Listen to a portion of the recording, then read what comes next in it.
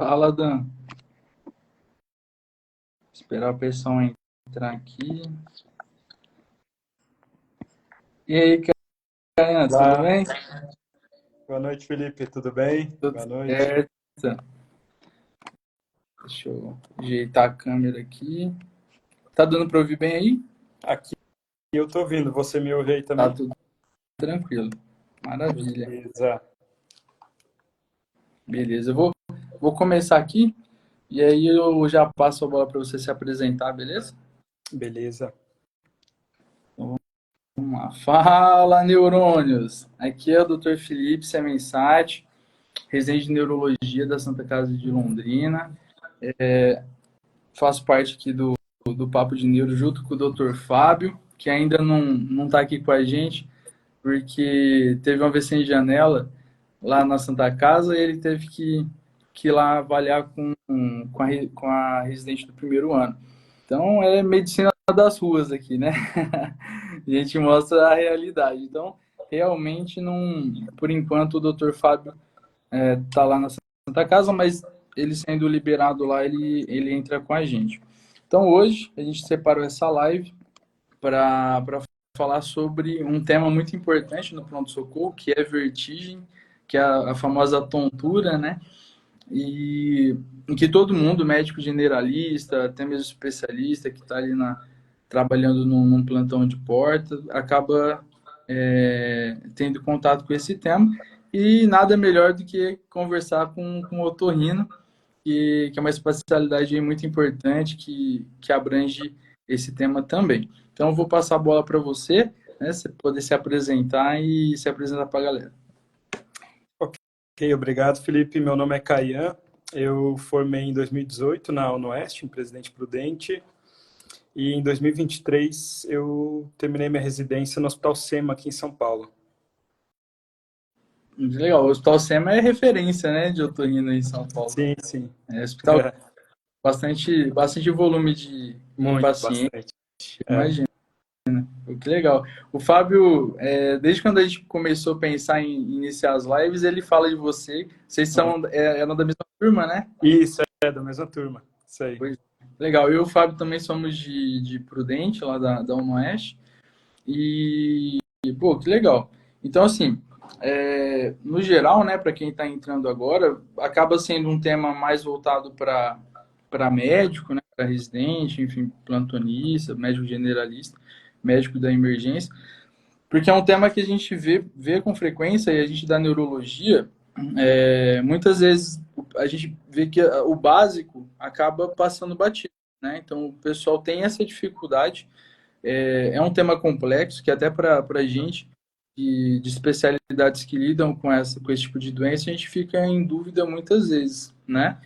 Mas aí a ideia hoje é trazer tanto a ideia da vertigem periférica e também da vertigem central, que seria mais a nossa parte, né? Então, manda bala. Vamos começar e conforme o pessoal for tendo dúvida, pode ir mandando aí no chat que a gente vai respondendo. Perfeito. Bom, Felipe, é um desafio falar sobre esse tema porque... Opa, caiu aqui meu celular. Não estou adaptado com essas lives aqui por celular. A gente fazia bastante live por, pelo Zoom, né? Mas pelo celular é a minha primeira vez. Eu vou me adaptando aqui. Bom, Tranquilo. é, a vertigem, a tontura é um tema difícil de abordar porque, às vezes, nem o paciente sabe o que ele está sentindo. Ele não sabe descrever o que ele sente. Então, só para você ter uma ideia, por exemplo, foi só em 2009 que a Barron Society fez uma atualização da terminologia médica, porque antigamente, né, antes disso, havia, digamos assim, uma confusão de nomes. Alguns chamavam de vertigem, outros de tontura, outros de que a tontura, de que a vertigem seria um subtipo de tontura. Então, a gente está falando de 2009, é algo muito recente, né? Então, eu vou trazer um pouquinho aqui também dessas atualizações que foram feitas e imagina se o paciente tem dificuldade em descrever o seu sintoma e nós médicos temos dificuldade em classificar esse sintoma, né? É um grande desafio. Para mim sempre foi durante a residência e de vez em quando a gente pega alguns casos mais complexos. Então, o que eu acho importante a gente trazer aqui, né, para tentar ser o mais sucinto possível, principalmente para quem está na graduação, sobre a anamnese e o exame físico, né? Então, a anamnese e o exame físico tem um livro do Lempert, do Browse, que eu vou deixar depois meus stories ali, que 2/3 dos diagnósticos das tonturas a gente pode fazer com a anamnese e exame físico. Aproximadamente 2/3 dos diagnósticos. Então, é bastante coisa para aquele, né, para aquele médico recém-formado, por exemplo, que foi para o interior e que não tem a disponibilidade de exames de imagem, por exemplo, né? Eu vou trazer isso aqui também, mas o exame físico com a bateria Hintz, ele tem mais sensibilidade do que a própria ressonância magnética. Pois é. Então, isso é algo que chama muita atenção, porque eu, quando me formei, né, caso de tontura, eu fazia o básico de exame neurológico que eu conhecia, mas eu achava que o principal era solicitar uma tomografia. E hoje em dia, com os conhecimentos, depois de muito estudo, a gente já vê que nem a tomografia, mesmo se for com contraste, ela não consegue pegar bem fossa posterior, né, que tem que ser a ressonância, de preferência 3 Tesla. Então, o que a gente precisa compreender hoje é essa questão da anamnese do exame físico. Bom, a gente tem que saber, sempre que um paciente chega com uma queixa de vertigem ou de tontura, estabelecer 5 parâmetros principais, né, de a gente tentar classificar esse sintoma desse paciente. Então, primeiro, o tempo de duração e a periodicidade desse sintoma. O paciente chega com sintoma de labirintite, vertigem, a primeira coisa que a gente pergunta é: quanto tempo dura essa crise? Quando essa crise começa, quanto tempo ela dura e se ela é periódica? Isso é muito importante, porque, por exemplo, a VPPB é uma vertigem, né, que é a vertigem mais comum que a gente tem de causa periférica. Ela é uma vertigem, né, em que o paciente faz um movimento cefálico, tem uma vertigem de alguns segundos e ela é periódica, ela vem acompanhada de sintomas neurovegetativos. Agora, por exemplo, uma neurite vestibular, que é uma outra parte de uma doença periférica, ela já é uma tontura muito intensa que geralmente dura dias. Então, a primeira coisa que a gente tem que perguntar para o paciente é o tempo de duração e a periodicidade dessa tontura. A gente precisa classificar esse sintoma, saber se isso é uma vertigem interna, se isso é uma vertigem externa, se isso é uma tontura, se é uma osciloscopia, se é uma instabilidade postural, né? E a gente precisa saber também se o paciente tem sintomas visuais e sintomas posturais associados. Então, para voltar um pouquinho sobre aquela classificação, né, que em 2009, a Barani Society. A Barani Society é uma sociedade criada em 1960 que só estuda a parte da tontura, né, que a gente chama de otoneurologia. Dentro da otorrinolaringologia, nós temos 9 subespecialidades e uma delas é a otoneurologia, ou seja, existem otorrinos que só estudam isso. Eu tive a oportunidade de acompanhar uma referência aqui em São Paulo, o Dr. Ricardo Origueto, no Hospital Paulista. Tive a oportunidade de acompanhar verrite, né, vários exames, então é uma área, né, muito específica, né, e um mundo à parte. Então, para a gente falar um pouco dessas vertigens, então, a primeira é a vertigem interna. A vertigem é um tipo de sensação que o paciente traz para a gente, que, né, é uma sensação de estar ocorrendo um movimento quando, na verdade, não está, né? Ou quando existe uma percepção de movimento distorcida durante o movimento habitual da cabeça. Essa é a descrição. Eu costumo falar assim que, né, para quando eu vou explicar isso para alguém, o que é uma vertigem interna, né, ou vertigem, pode ser chamada apenas de vertigem, é quando você está naquela, né, todo mundo já foi naqueles parquinhos, né, que ficam, que tem fica girando, né, me esqueci o nome, como é que esqueci o nome, enfim. Carrossel ali. Isso, carrossel. Você fica ali girando, né? Aquela sensação, ou existem alguns outros vídeos também de pessoas que botam uma vassoura na testa e fica girando. Aquela sensação, aquilo ali é que a gente poderia descrever como uma vertigem, né? Quando você para de realizar aquele movimento, você tem a sensação de que existe um movimento, só que na verdade ele não existe, porque o seu corpo parou. Então, essa é a vertigem. A gente sempre tem que tentar, além de descrever essa vertigem, né, se ela é posicional, ou seja, quando o paciente deita, né, por exemplo, na VPPB, é muito comum, o paciente fala, doutor, sempre que eu vou virar para o, né, pro lado esquerdo na cama, ou quando eu me deito do lado esquerdo, eu sinto uma tontura que ela é rápida, Uhum. que ela me traz náusea, traz um mal-estar. Esse é típico da VPPB. Né? Aham. Então, ou se é uma vertigem associada ao movimento da cabeça, que não necessariamente é uma posição específica, mas que está relacionada ao movimento da cabeça, né? Ou se ela é provocada por um estímulo visual, pelo som, né? Por exemplo, pelo som, a gente sabe que existem algumas condições de que a gente chama de fístulas, né? Ou síndrome de terceira janela, em que a gente pode ter um estímulo do som que é conduzido, né, pela membrana timpânica, a orelha média varia a sua pressão e ela transmite uma pressão através dessa fístula, que a gente chama de síndrome de terceira janela. Isso pode Aham. cursar também com uma vertigem. Né? Então, ou se é uma vertigem ortostática, né, que é muito comum na hipotensão postural, principalmente nos pacientes mais idosos, em que já existe um componente de uma hipertensão arterial sistêmica, ou seja, existe uma resistência desses vasos sanguíneos, é aquele paciente típico que fala, doutor, eu sinto uma tontura, uma vertigem quando eu vou levantar. Aham. Né? Por isso é interessante fazer, né, aferir a pressão arterial do paciente sentado e do paciente em pé. Esse paciente é muito comum, né, no pronto-socorro. Muito, Comum. é Né? extremamente Até comum. você falou de vertigem e tontura, eu acho que é o passo inicial ali para você começar a conversa com o paciente, né? Porque, igual você Exato. falou, muitas vezes sabe passar para você.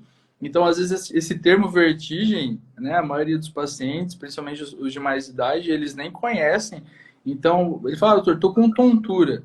E aí você vai perguntar o que que é a tontura. Às vezes é um mal-estar, é um calafrio, é algo muito diferente do que de uma vertigem, né? Então, aí você Exato. tem que treinar, igual você falou, a anamnese tem que ser bem feita, né? Você tem que direcionar bem o que você vai perguntar. Ah, mas só de perguntar, girou? Tudo que você está olhando em volta, está girando? Chegou a girar? Isso aí Exato. você já rompe uma barreira ali de vários diagnósticos possíveis, né? Para vertigem mesmo de fato. Exatamente. Eu atendo muito paciente com queixa de labirintite, né? É direto.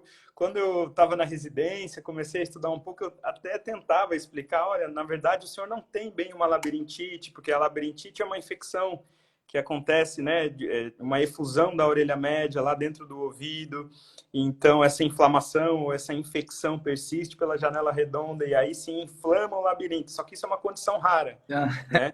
Então, hoje em dia eu falo, o senhor tem labirintite? Eu procuro esmiuçar bem, mas, né, hoje em dia eu confesso que para alguns pacientes eu nem falo mais, olha, não é bem uma labirintite, porque senão o paciente Dá um nó na dá cabeça. um nó na cabeça dele. É verdade. Mas existe essa dificuldade, né? Então, assim, em relação à tontura, né, a tontura já é mais da parte da neurologia, né? Porque a tontura, ela está mais associada a uma alteração, principalmente da marcha, né? Porque é aquele paciente que ele fala que ele tem uma sensação de orientação espacial perturbada ou comprometida, né? Sem uma sensação de movimento falso, né? Ou distorcido. Então, geralmente, esse paciente com tontura, ele costuma apresentar alguma alteração da marcha também, porque ele Uhum. fala que existe uma alteração espacial. Né? Não é aquela questão, né, aquele sintoma rotatório, como você acabou de mencionar. Né? Uhum. Da mesma maneira, como um paciente que chega com uma queixa de vertigem ou paciente que chega com uma queixa de tontura, no pronto-socorro eu também costumo sempre fazer essas perguntas, né? Ela é uma tontura posicional, ela está associada com o movimento da cabeça, com algum estímulo visual, é desencadeada por som, é desencadeada por valsalva, ortostática, né? A gente costuma perguntar bastante disso. A Sociedade Barani, então, traz a vertigem interna, ou vertigem, né, a tontura, e traz os sintomas vestibulovisuais, né? Então, aqui nos sintomas vestibulovisuais é que entra a vertigem externa, né, que que às vezes alguns, se você for pegar alguns artigos um pouco mais antigos, eles falavam que a vertigem externa é a mesma coisa do que a osciloscopia, e na verdade não. A osciloscopia é um atraso do campo visual. Já a vertigem externa é uma falsa sensação de ver o ambiente girar em qualquer um dos planos espaciais. Né? É uma questão muito visual assim, que o paciente traz para a gente. Né? E já a osciloscopia é uma falsa sensação visual do ambiente ao redor estar girando. Né? Então, está oscilando, né? Oscilando que a gente fala, né? Que está relacionado a esse atraso visual. Então, até eu, assim, que já estudei bastante, até eu sinto uma certa dificuldade, né? Com essas nomenclaturas todas, né? Então, por isso que é sempre necessário a gente estar voltando e estar refrisando sobre isso, porque a gente também precisa, de certa forma, educar o paciente, né? Educar o paciente a saber o que ele tem. E quanto mais você consegue absorver aquele assunto e saber a classificação daquilo tudo, você consegue educar o paciente. Porque um paciente com informação, um paciente educado, ele é um paciente que ele consegue aderir melhor ao tratamento, né? Porque, às vezes, se você fala, é mesmo, é uma labirintite, toma aqui esse antagonista de H3 aqui, que eu não vou falar nomes, eu não tenho nenhum conflito de interesse para essa live aqui, mas eu não vou falar nomes. Então, às vezes, a gente tem esse papel como médico de fazer uma questão educativa também, de tentar ensinar o paciente, porque se um paciente que tem uma VPPB, né, recorrente, que a gente fala, né, que é aquela VPPB que ela pode... a persistente, ela ocorre várias vezes, tem que fazer manobras, né, antes de um ano. E a recorrente é aquela que por mais de um ano o paciente precisa sempre fazer a manobra. Se você fala para ele que, não, isso daí é tudo do seu cristalzinho que saiu do labirinto, é VPPB, se, né, algum dia acontecer de esse paciente apresentar alguma alteração neurológica, né, que possa vir a ser aí um AVC de fossa posterior, provavelmente a gente vai estar engessando esse paciente e dificultando um tratamento que ele poderia fazer de uma maneira mais adequada. Né? Então, a Varani... Uma consulta de 10 minutos, né? Que vai resolver. Gasta tempo. Não é. Gasta tempo. Gasta bastante tempo. Porque além de você classificar todos esses sintomas, se é uma vertigem, se é uma tontura, se é um sintoma visual, se é mais um sintoma postural, como a gente falou, né? A gente precisa fazer um exame físico um pouco mais detalhado também. Com certeza. No pronto-socorro, né? O Fábio até publicou, né? Um artigo ali que fala que o HINTS é o que mais tem sensibilidade. Então, esse HINTS, ele é né, que fala bateria HINTS, é como se fosse um mnemônico para a gente fazer em ordem, né? O Head Impulse. O Head Impulse é um movimento da cabeça que a gente faz para analisar como é que é o reflexo vestibulo-ocular do paciente, a avaliação do nistagmo e a avaliação do teste skill, que é o desvio do olhar, né? Então, o que você acha? Você acha que eu já parto para o exame físico? Você tem alguma pergunta de anamnese? Tá perfeito até aqui. Inclusive, eu achei muito interessante isso que você está falando, porque inclusive esse artigo que está até no Papo de Neuro, que a gente publicou essa semana, né, já pensando na live, eu estava até conversando com o Fábio, interessante como o exame físico, a anamnese do exame físico, eles, dependendo do teste, chega a ter especificidade e sensibilidade quase de 100%. 100%. Né? Muito interessante. Então, a gente, igual você falou, às vezes muita gente está assistindo falando, poxa, mas eu sou médico do pronto-socorro. Às vezes a gente sabe como que é. Às vezes você tem 80 fichas por dia, né? Às vezes mais. Então, realmente, falta tempo para o médico poder desenvolver. A gente já pensando em especialidade, em consultório, você tem essa possibilidade de destrinchar com o paciente, de dar um atendimento melhor. No pronto-socorro, muitas vezes, porque principalmente na Santa Casa a gente vê, né, porque tem um pouquinho mais de recursos, você consegue fazer uma tomografia ali no pronto-socorro, né, e às vezes não precisa. Você gastando, né, igual o HINTS que a gente vai conversar, você não gasta muito tempo para realizar esse teste, né, ali coisa de 10 minutos você consegue fazer e ter uma noção com a história mínima ali. E com o exame, você já consegue falar, não, isso aqui provavelmente é algo periférico, porque você só diferenciando algo periférico de algo central, Perfeito. né, a É gente isso já aí. faz total diferença. Porque depois o periférico você encaminha para o otorrino, né? Exato, exato. Aí sim você vai fazer a mágica acontecer, né? Vai usar todos os exames. Exato. Ali para o generalista ou para o médico emergencista do pronto-socorro, ele diferenciando, ah, não, isso aqui eu acho que vale a pena, pode ser algo central. Então, talvez ele vai ter que fazer uma ressonância, vai ter que internar, né? Ainda mais a gente falando de doenças da fossa posterior, que Exato. pode complicar muito de uma hora para outra, né? É uma região muito delicada. Então, só isso daí de você entender que esse básico de exame físico, que a gente vai tentar falar um pouquinho aqui, de anamnese de exame físico, na emergência, no pronto-socorro, pode fazer, né? A gente não quer que o generalista, né, faça, entenda, porque até para quem é da especialidade é complexo. Como você falou, Exato. tem uma subespecialidade só para esse É. tema. Mas a anamnese do exame físico faz total diferença. Eu acho que já dá para a gente começar a falar do RINT, Do sim, sem dúvida. Hintz, perfeito, Eu acho que a única coisa que faltou, assim, da anamnese é a questão de... O que eu vejo mais, assim, na minha prática é as medicações. Nossa. Eu pego bastante paciente também que, ou porque começou a tomar...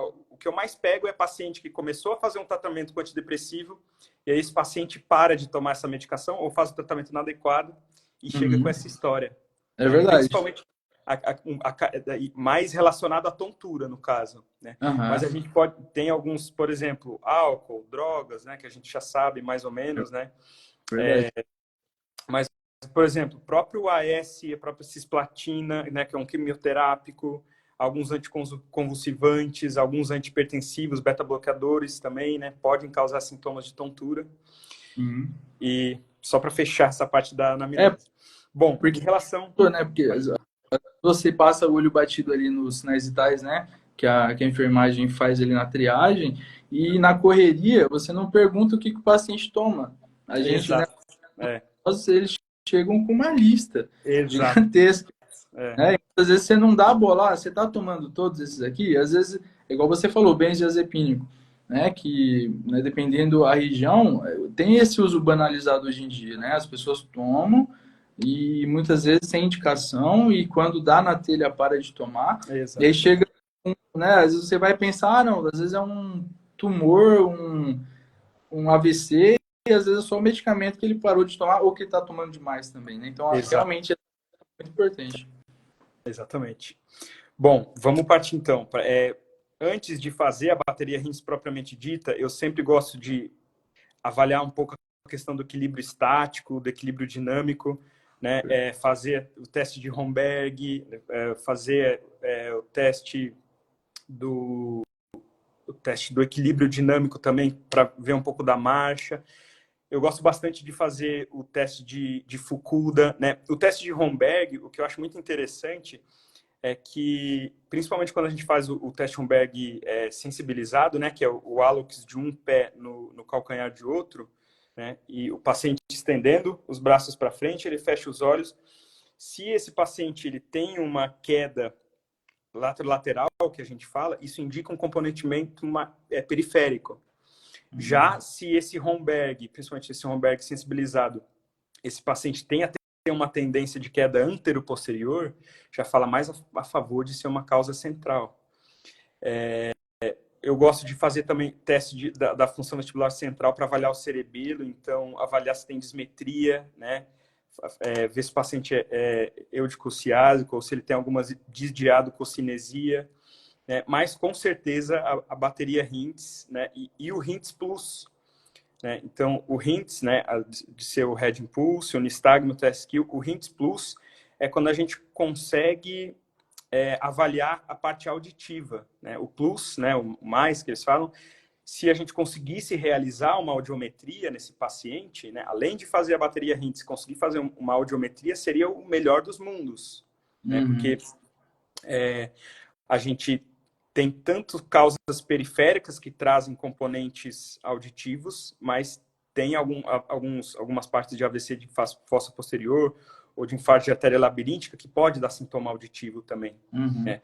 Mas então, basicamente, para a gente começar, o Head Impulse. Bom, o Head Impulse, ele vai avaliar o reflexo vestibulo-ocular.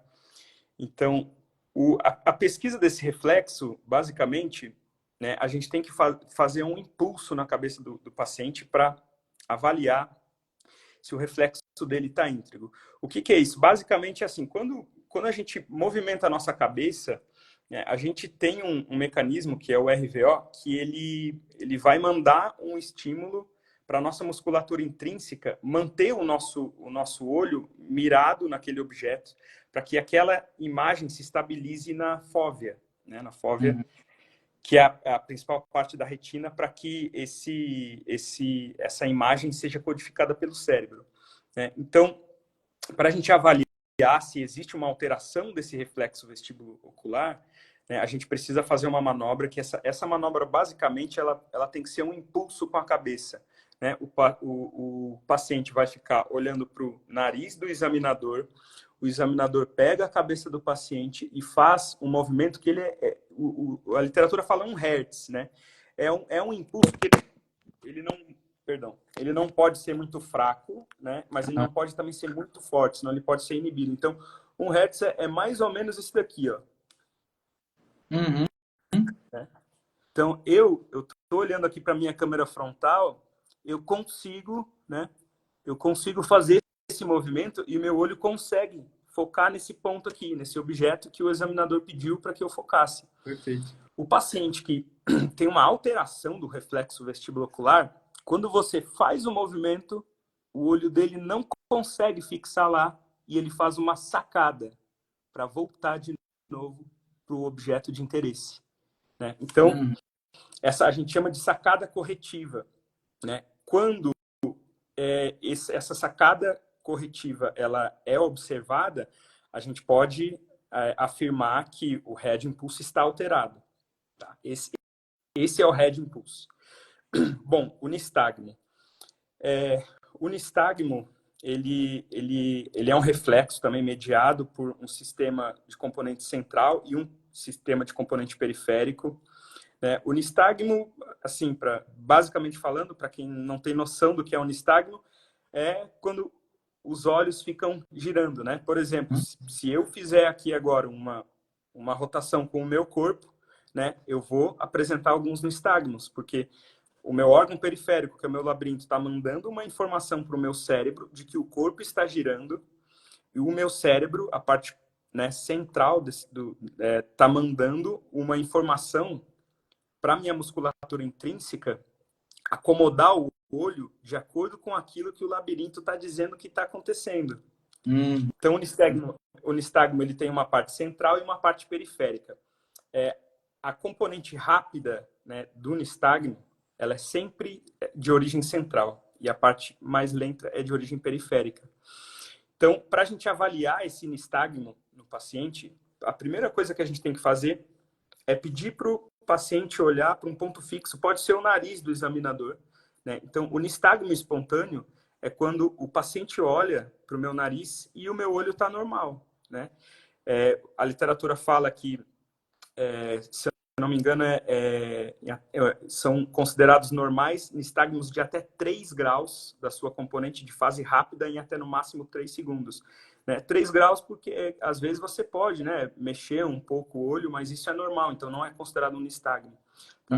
Agora, aquele paciente em que tenta fixar o olho, né, com a cabeça parada para o alvo e ele faz uns movimentos, né, aqueles movimentos de nistagmo, a gente pode dizer que esse nistagmo está alterado. E esse nistagmo, ele tem, por ter um componente central e um componente periférico, ele tem várias maneiras de se comportar. Então, existe o nistagmo torsional. Né? O nistagmo torsional, ele é um nistagmo muito comum, por exemplo, de quando a gente faz uma manobra, né? Uma manobra do Dix-Hallpike, que é para investigar a VPPB, que é a tontura periférica, né, mais comum. Então, você gira o paciente na cama, você faz a manobra Dix e você observa um nistagmo rotacional. Ele tem né, um sentido, ele pode ser horário ou anti-horário, ele pode ser superior ou inferior. Então, esse nistagmo torsional, ele é típico de um quadro mais periférico quando ele for unidirecional, né? Então, quando a gente apresenta um nistagmo torsional, mas que ele varia a sua composição, né? De torsional, ele muda para um nistagmo horizontal ou para um nistagmo vertical, que a gente fala de upbeat ou downbeat, isso sugere mais ser um componente central, Fernando, tá? desculpa te interromper, eu vou colocar o Dr. Fábio aqui na live com a gente. Opa, beleza. Só um minutinho.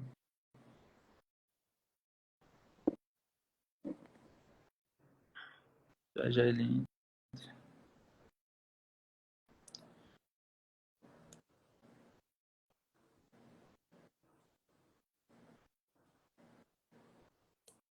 Deixa eu ver se foi...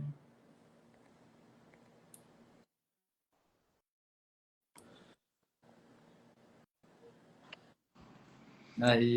Oh, e aí, meus amigos? E aí? Tudo certo, Takayamuri?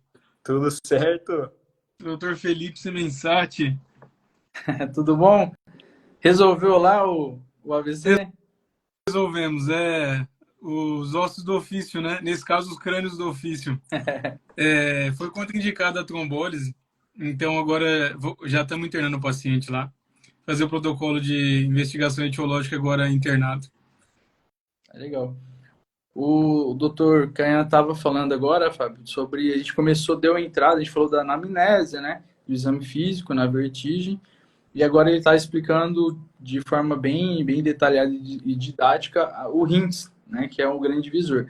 E falando justamente no nistagmo torsional. Inclusive, cara, a gente tem até aqui no feed, para o pessoal dar uma olhada depois, a gente postou esses dias uma paciente nossa que estava com um nistagmo torsional, só que o dela era, inclusive, multidirecional. Então, você jogava com...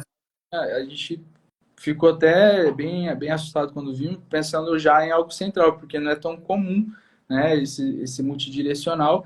E aí, quando a gente fez a ressonância, veio um AVC de pedúnculo cerebelar. E bem diferente o caso dela. Depois acabou evoluindo com disfagia e tudo mais. Só que desde o começo, essa diferença que você falou, né? Porque o torsional não é muito comum de você ver, né? É você que faz Exato. é bem incomum. E quando é unidirecional, como você falou, já pensa mais em periférico, né? O dela é direcional. Para todo lado que você apontava, ela fazia esse movimento. Eu aqui na ânsia de querer falar um pouco sobre a VPB, eu falei sobre esse nistagmo, né? Quando a gente pesquisa o nistagmo de uma VPPB, ele, na verdade, a gente faz um movimento cefálico, né? Esses nistagmos aqui que o Hintz traz para a gente, ele é um nistagmo espontâneo ou semi-espontâneo. Então, nesses casos, o nistagmo que sugere uma causa periférica, ele, na grande maioria das vezes, é um nistagmo horizontal unidirecional. Né? Se eu for pesquisar, seja o nistagmo espontâneo, ou seja, o nistagmo semi-espontâneo, né, que é com os desvios do olhar, nas causas periféricas, ele vai sempre ser um nistagmo horizontal ou direcional. Né? O nistagmo vertical acende uma luz vermelha, né? Que a gente fala que é o upbeat ou downbeat, né? A gente já sente que é alguma coisa central. Uhum. Perfeito. Exatamente. Então, e essa pesquisa, né, do nistagmo, o nistagmo espontâneo é quando a gente olha para o alvo fixo, né, no caso o nariz do examinador. O semi-espontâneo, você vai conduzir, né, você ou pode conduzir o seu dedo de um lado para o outro, ou você pode também, com as suas mãos, pedir para o paciente olhar para um lado, olhar para o outro, né, para ver se durante esse intervalo dessa movimentação da musculatura extrínseca existe alguma assimetria do tônus do reflexo, né, que a gente está pesquisando, que no caso é do nistagmo, né, tanto a sua componente rápida quanto a componente lenta.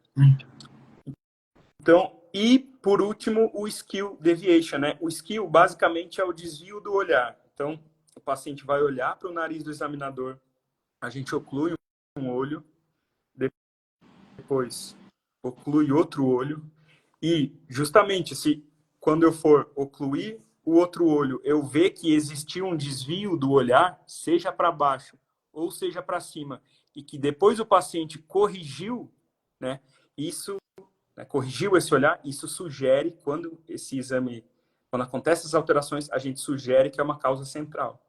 Né? Então, basicamente, para resumir, numa vertigem, né, que é geralmente as causas periféricas, né, as causas de pronto-socorro que a gente mais pega a vertigem, em torno aí de uns 85 a 90% dos casos, talvez, né.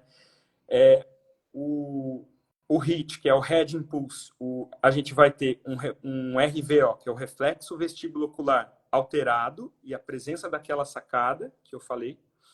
O nistagmo, na grande maioria das vezes, ele é um nistagmo unidirecional, tá?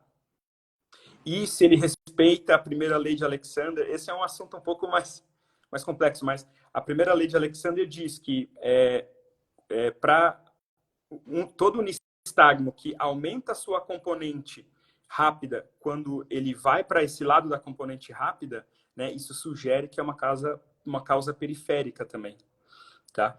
E o skill normal. Isso é para um quadro periférico. Agora, um HINTS alterado para um quadro central, a gente pensaria no reflexo vestíbulo, né, vestíbulo ocular normal. Então, o head impulse dele está normal. Porque o RVO, ele é basicamente dado por terminações periféricas. Por isso que o HIT está normal, numa causa central. Né? Uhum. O nistagmo, ele pode ser um nistagmo ou vertical, ou torsional ou bidirecional, que a gente fala, né? E o skill vai estar alterado. Uhum. E aí, para a gente aumentar ainda mais essa sensibilidade desse exame, já que a gente não tem a disponibilidade de uma audiometria, na grande maioria dos serviços do Brasil, a gente pode usar um diapasão, né? Lógico que o diapasão é muito um instrumento assim do otorrino, mas a gente tem essa possibilidade de, com um diapasão geralmente de 440 Hz, a gente vibra esse diapasão, coloca na glabela, ou pode ser entre os incisivos, né?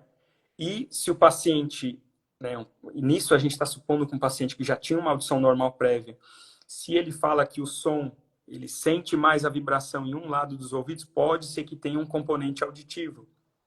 Então, a gente suspeitaria aí as principais causas né, de componentes periféricos que causam essa alteração auditiva principalmente a doença de Meniere, né, ou a hidropsina, a doença de Meniere, ela é um conjunto, né, uma tétrade que a gente fala que é a vertigem com duração de 20 minutos a 12 horas, um quadro de zumbido, de plenitude auricular, que é o ouvido tampado, né? E é isso, é a vertigem, tontura, a vertigem, o zumbido, a plenitude e a hipoacusia. A hipoacusia, na doença de Meniere, o paciente tem uma perda auditiva, né, na crise, né, geralmente em frequências graves ali de audiometria. Né? Então, eu acho que esse o HINTS, ele é um protocolo que sempre que eu vou atender em pronto-socorro, eu costumo fazer uma anamnese bem direcionada, perguntando, tentando esmiuçar bem se o paciente sente uma vertigem, ou se é uma tontura, ou se é mais vestíbulo visual, ou se é mais uma questão postural, como uma hipotensão ortostática, né? Eu procuro avaliar um pouco da marcha dele, lógico que eu não faço, eu nem tenho conhecimento, que nem o de vocês, para fazer todas aquelas investigações de marcha que vocês têm, mas alguma coisa ali a gente já tenta fazer, principalmente do equilíbrio dinâmico com teste de Fukuda, e eu faço sempre o HINTS, sempre, para eu não deixar passar nenhum caso grave, que no caso é um AVE de fossa posterior, ou infarto da artéria labiríntica, que mais nos assusta, que pode trazer um componente, um desfecho mais desfavorável para o paciente, né? Na doença de Meniere que você comentou, essa hipoacusia, que você tem mais contato com esse tipo de doença, o paciente ele te queixa sobre diminuição auditiva ou é só no exame que você percebe? Não. Essa diminuição auditiva, ela geralmente está associada durante a crise. Então, ela, né, a definição da doença de Meniere, tem a doença de Meniere, que é aquela que a gente suspeita, que é a provável, ou a improvável. A provável é um quadro que a crise ela pode durar de 20 minutos a 12 horas. Então, durante esse período, o paciente pode apresentar esse quadro dessa perda auditiva, dessa vertigem, do ouvido tampado, de tinnitus ou zumbido, né? E cessada essa crise, né, o paciente ele retorna de novo, né? Na grande maioria das vezes, lógico que isso depende. Se é um paciente que já tem uma presbiacusia associada, né? A doença de Meniere, ela gera uma agressão lá, né? Fazendo com que aumente a pressão da orelha interna. Isso, com o tempo, repetidas e repetidas crises, o paciente vai acontecendo de perder, né? De ter uma perda auditiva. Mas, na grande maioria das vezes, isso é uma pergunta interessante, porque alguns pacientes que, por exemplo, têm a primeira crise de Meniere, eles chegam no pronto-socorro só com o quadro de tontura. Né? O quadro, né, a medicina não é que nem matemática. Às vezes, né, o paciente, naquele momento, apresentou só a vertigem, mas daqui a alguns meses ou anos ele pode apresentar todos os sintomas, ou às vezes não apresentar todos os 4 sintomas, que é a tétrade, né, da doença de Meniere. Então, por isso que a gente tem que se valer sempre de uma boa anamnese, exame físico e o RINTS, para a gente pelo menos, né, essa é a mensagem que eu queria deixar aqui na live, para pelo menos a gente saber falar, não, isso aqui é periférico, estou tranquilo, vou dar um supressor vestibular, vou deixar um antiemético para o paciente, né, de repente vou até deixar uma outra medicação um pouco mais sedativa para o paciente conseguir dormir melhor, porque isso aqui é periférico. Ou não, isso daqui é central, eu vou internar esse paciente, porque esse paciente, no mínimo, merece uma vigilância neurológica, né, para a gente fazer a vigilância não só dos fatores cardiológicos, mas também neurológicos, para ver essa progressão, né, dessa doença, porque o nosso grande medo também é o paciente iniciar um AVC de fossa posterior e surgindo sintomas com o passar das horas, né? Perfeito. Muito bom. Eu acho que você explanou muito bem, né? A gente estava comentando sobre essa importância do RINTS, e eu até vi na live, eu vi no carro ouvindo antes de chegar, vocês comentando, né, que realmente super rápido, prático de fazer no PS e salva vidas, né? Porque às vezes o que acontece a gente como médico, quando vai trabalhar no pronto-socorro, como generalista, até mesmo como especialista, é muito difícil essa queixa de vertigem, né? E às vezes você não tem nenhum direcionamento do que pensar. Eu vou fazer um draminha aqui, vou reavaliar, como que esse paciente vai ficar, né? Então, acho que o RINTS é esse grande direcionamento para já acender aquela luzinha e já pensar, se estiver num lugar que não tenha recurso, encaminhar para fazer a tomo de crânio, né? E depois, provavelmente, a ressonância. Exato. Ô, Fábio, você sabe que quando eu saí da faculdade, eu, assim, como médico recém-formado, eu estava falando com o Felipe, você não estava ainda aqui, eu fazia isso, né? Vou pedir uma tomo, mas eu não sei em qual artigo, eu até vou pedir desculpas, porque eu não me lembro, mas eu li em algum artigo que nos Estados Unidos, né, o autor, ele escreve que aproximadamente 30% dos atendimentos de vertigem, o médico assistente solicitou o exame de imagem, como se isso fosse um demérito. E a minha opinião é que no Brasil, no mínimo, 90% dos médicos, né, principalmente generalistas, né, se vale do exame de imagem ali. Não, eu preciso de um exame de imagem para saber se isso daqui é central ou periférico. E, na verdade, não. Os 10% que não tem acesso. Isso. Exatamente. Então, eu acho que, eu até estava falando com o Felipe, né, a gente tem esse papel, né, como médico e como especialista, a gente carrega uma responsabilidade de não só de tentar educar o nosso paciente, de explicar para ele o que ele tem, mas também de conversar com os nossos pares, com os nossos colegas, com os nossos amigos generalistas e de explicar isso, né?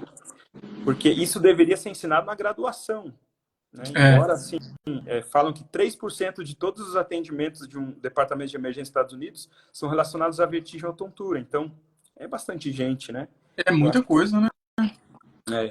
Então, a gente deveria, pelo menos, sair da faculdade sabendo fazer uma anamnese direcionada, um exame físico direcionado e, pelo menos, o RINTS, né, para que a vertigem e a tontura não fossem temas tão difíceis de ser manejados no pronto-socorro. Com certeza.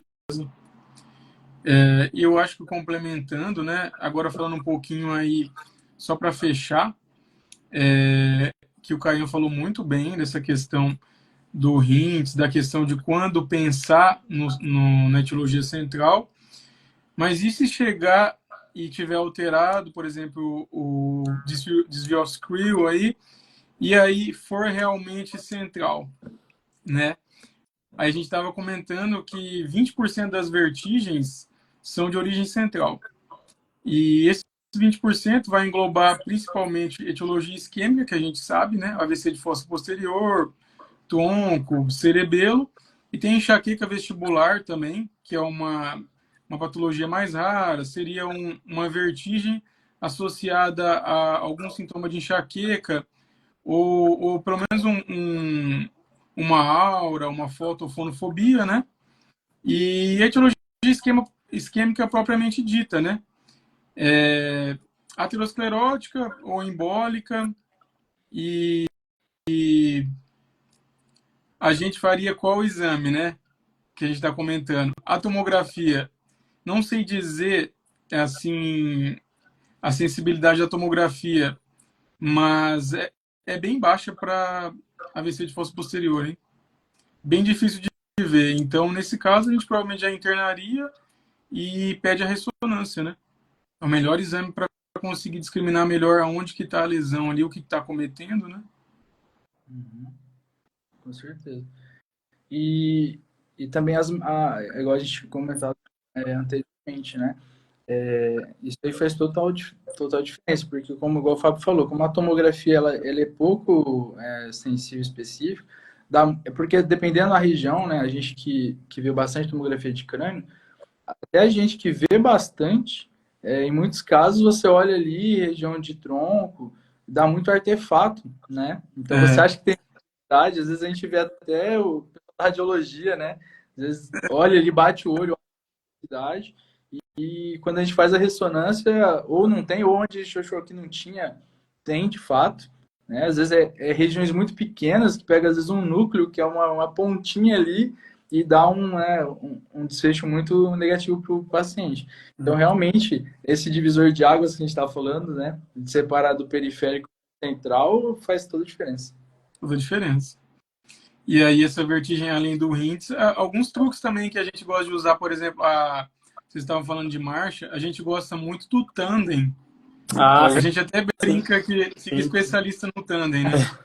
Que o paciente não consegue fazer tandem, só isso, É, meu, vamos internar porque esse cara tá com AVC de fossa posterior. que é o Romberg sensibilizado, né? Romberg sensibilizado. Ou o teste de tandem. É. Tem outro teste que é o teste de Romberg vestibular também. Além de o paciente colocar o hálux, né, no calcanhar, né, estender os braços para frente, ele vira, né, ele inclina a cabeça para o ombro, né, porque a gente vai tentar ver se existe um componente vestibular associado, um componente periférico associado também. Eu particularmente não faço, mas com certeza, porque se você já for fazer o sensibilizado, já der alguma alteração central ali, eu suspeito de central, eu foco um pouco mais ali na parte neurológica, foco bem no HINTS. Uma questão assim do HINTS, que principalmente para o nistagmo, o ideal seria fazer para a gente ver os movimentos do nistagmo, né? A gente inibir a função visual que a gente fala.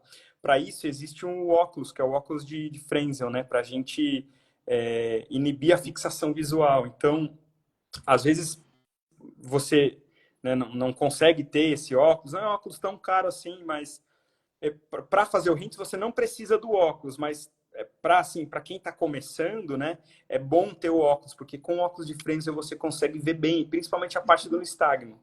A parte do reflexo vestibulocular também, porque ele tira a fixação visual, ele aumenta o olho também, você consegue ver bastante, principalmente nas neurites vestibular, né? Tem neurite vestibular, eu já peguei neurite vestibular que a 2 metros você já viu o nistagmo do paciente, né? Batendo pro labirinto sadio, no caso, né? Aí você já vê, pô, você tá com tontura? Todo torto. Tem algum sintoma no ouvido? Não, não tem. Isso é bom, porque neurite vestibular não tem sintoma auditivo, né? Se o paciente fez né, tá com um quadro, né, mimetizando ali uma neurite vestibular com um nistagmo, mesmo que seja um nistagmo unidirecional que a gente falou, né? Mas tem algum sintoma auditivo, é bom pensar em central. Eu já faço toda a investigação, faço, lógico, hints, né? Mas eu sempre peço a avaliação neurológica. Então, só para comentar dessa questão do óculos de Frenzel, né? Vocês têm óculos de Frenzel aí? Não, né? Não. Eu não tinha na minha residência também, eu tive que comprar depois. O Legal. Caian, teve uma pergunta aqui, eu acho que bem importante Sim, no âmbito do pronto-socorro geral. Vamos É aqui da responder a pergunta. Larissa. Tem bastante pergunta aqui, né? Sim, pode falar. Se tivesse só um Dramin no PS para uma vertigem que você está supondo que seja periférica, por exemplo, fez o HINTS ali e tal, o que mais daria para fazer para ajudar a melhorar os sintomas do paciente nesse caso? Ótima pergunta, tá. O Dramin, ele é basicamente um antiemético, né? A gente, pelo que a literatura fala, o Meclin, ele é uma droga que ela tem uma ação antiemética um pouco melhor principalmente para esses quadros vestibulares, né, de doenças periféricas. Só que eu não gosto muito de usar o Meclin em idosos acima de 80 anos, sabe? O Meclin a gente passa na dose de 25 miligramas, até onde eu sei só existe de comprimido. Mas, por exemplo, o paciente chegou com uma neurite vestibular, né, que tem algumas fontes que falam que depois da VPPB, a principal causa de vertigem periférica é a neurite vestibular, né, que é a neurite vestibular basicamente é uma inflamação do nervo vestibular superior, né, geralmente é um quadro isolado de uma tontura intensa, depois de um quadro viral com alguns sintomas inespecíficos ou sintomas né, que não foram né, tão severos para o paciente assim, desse quadro gripal. E geralmente é um paciente, é muito clássico, porque a maioria das neurites que eu atendi até hoje, o paciente sempre fala assim, doutor, eu fui dormir bem, acordei às 4, 5 da manhã com uma tontura incrível. Né? E aí você vê lá um nistagmo bem grande, né? Então, tem uma manifestação neurovegetativa, né? Ele não tem sintoma auditivo associado, tá? Esse paciente, por exemplo, que está com uma neurite vestibular, que está com uma inflamação do nervo vestibular, ele é um cara que vai ter uma vertigem muito intensa, porque ele perdeu toda a aferência do labirinto lesado, né? Então, eu acho que, como ele tem sintomas neurovegetativos, a gente sempre entra com antiemético. No pronto-socorro EV só tem Dramin, então a gente faz o Dramin mesmo. Ou pode ser Vonal também. O Meclin é uma opção. A gente sempre faz um supressor labiríntico. Então, geralmente, a gente tem o Estugeron de 75, que é a Cinarizina, né, de 75 miligramas por via oral. Até onde eu sei, não existe endovenoso. A gente pode, no caso de uma neurite vestibular, a gente pode lançar mão de uma corticoterapia também. Quando o paciente está muito sintomático, eu gosto de um corticoide com uma vida intermediária, sabe? Eu gosto bastante da dexametasona, por exemplo, 4 miligramas EV. Se o paciente está muito sintomático, você até pode deixar esse paciente internado para ele fazer esse Dramin, né? Fazer a cinarizina, fazer a corticoterapia, né? Porém, na neurite vestibular, a gente fala que é como se você, né, como se eu sempre falo para o paciente que aquele labirinto ali, ele inflamou e ele vai ficar dormindo e preguiçoso por algum tempo. Geralmente, ali do 6º ao 10º dia, o paciente pode ter piora desse quadro vertiginoso, só que a gente sempre tem que orientar o paciente a estimular, principalmente estimular a visão, né? Para que haja uma compensação do sistema nervoso central. Então, você não pode pedir para vou dar um atestado aqui de 14, 21 dias, sei lá, para você ficar no escuro. Não, isso só vai atrasar a compensação vestibular, né? A compensação central, perdão. Né? Porque quando a gente tem uma aferência, que no caso é o labirinto que está lesado, a gente vai ter que compensar isso central, né? Com a parte central. Então, dá para a gente lançar mão dessas medicações. O paciente com aneurite, eu gosto de deixar uma corticoterapia também por 5 a 7 dias. Eu não faço dose imunossupressora, porque eu tenho medo de aumento de pressão arterial, resistência à insulina, tudo aquilo que a gente conhece, né, de dose imunossupressora, Uhum. mas eu deixo ou uma sinarizina, eu gosto de deixar sinarizina, ou geralmente o Vertizin D por uns 5 a 7 dias, que é um supressor labiríntico. Né? A gente não pode deixar esses supressores labirínticos por muito tempo, porque senão você pode causar uma hiporreflexia bilateral, né? Eu já peguei paciente, por exemplo, doutor, eu tomo Vertizine há 2 anos e eu tenho muita tontura. Pedi um exame otoneurológico, que com a prova calórica a gente consegue ver, né? O paciente tinha uma hiporreflexia ferrada, né? Você tem que desmamar a droga, o paciente tem que fazer reabilitação labiríntica. Né? A reabilitação labiríntica é um outro tema à parte, complexo também, porque envolve movimentos visuais, envolve principalmente um controle muscular, o paciente idoso, ele já é sarcopênico, então tudo é mais difícil para haver a compensação central. Então, eu sempre procuro falar para os meus pacientes, olha, esse remédio aqui é para você tomar de 5 a 10 dias no máximo, né? Os supressores labirínticos, né? Verticine D, sinarizine, por aí vai, né? E no paciente com aneurite, especificamente, né, depois do 30º dia, é bom a gente fazer a reabilitação labiríntica. Existem alguns fonos que são especializados, alguns otorrinos também, para fazer reabilitação labiríntica até, né, a gente conseguir ter uma compensação central. E a betaestina? A betaestina, ela é um antagonista de receptores H3, né? A betaestina, ela tem como principal função melhorar a vascularização do labirinto posterior, né? Os receptores H3, eles conseguem melhorar aquela função principalmente da bomba de sódio e potássio, né? Então, a principal indicação para a betaestina é para a doença de Meniere, né? Mas o nível de evidência é nível B. Então, não existe um consenso, assim, né? O nível de evidência A para a Meniere até hoje, que se sabe, é a dieta. Então, restrição de sal, né? E por aí vai. Mas a betaestina, ela é basicamente eu costumo passar basicamente para os pacientes com uma doença de Meniere, né? Ou uma suspeita de doença de Meniere. É aquele paciente que fala, não, doutor, eu tenho uma tontura, essa vertigem, ela dura algumas horas, me deixa muito mal, a minha audição parece que fica estranha, né? Esse é um paciente que a gente tem que procurar fazer um diagnóstico da doença de Meniere, que basicamente é um diagnóstico clínico e audiométrico. Então, né, na história ele vai falar que tem uma vertigem que dura aí de 20 minutos a 12 horas, ele tem uma hipoacusia flutuante, que é essa perda de audição que ela durante a crise diminui e passa a crise ela pode voltar ou não, depende também, né, do paciente. E a gente tem a audiometria. Na audiometria, a gente vai ver perdas nas frequências graves de 250, 500 e 1 kHz, né? Por isso que, às vezes, é um paciente de difícil manejo, porque eu sempre, quando eu suspeito de Meniere, eu peço para ele fazer uma audiometria fora da crise e uma dentro da crise de tontura que ele está tendo. Só que, às vezes, é difícil, porque, imagina, se o paciente tem aí uma crise de vertigem, né, que dura algumas horas, imagina ele se deslocar para um local para fazer um exame audiométrico, sendo que a maioria dos lugares não existe audiometria de urgência, né?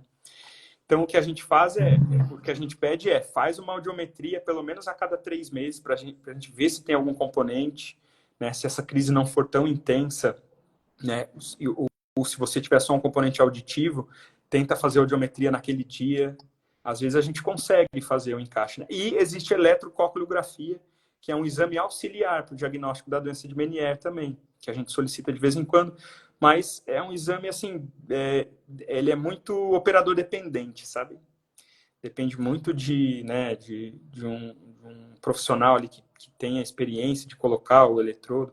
O ideal é intratimpânico, a gente coloca uma agulha no tímpano, mas ele gera muita reação para o paciente, então acaba sendo no conduto, só tocando na membrana, né?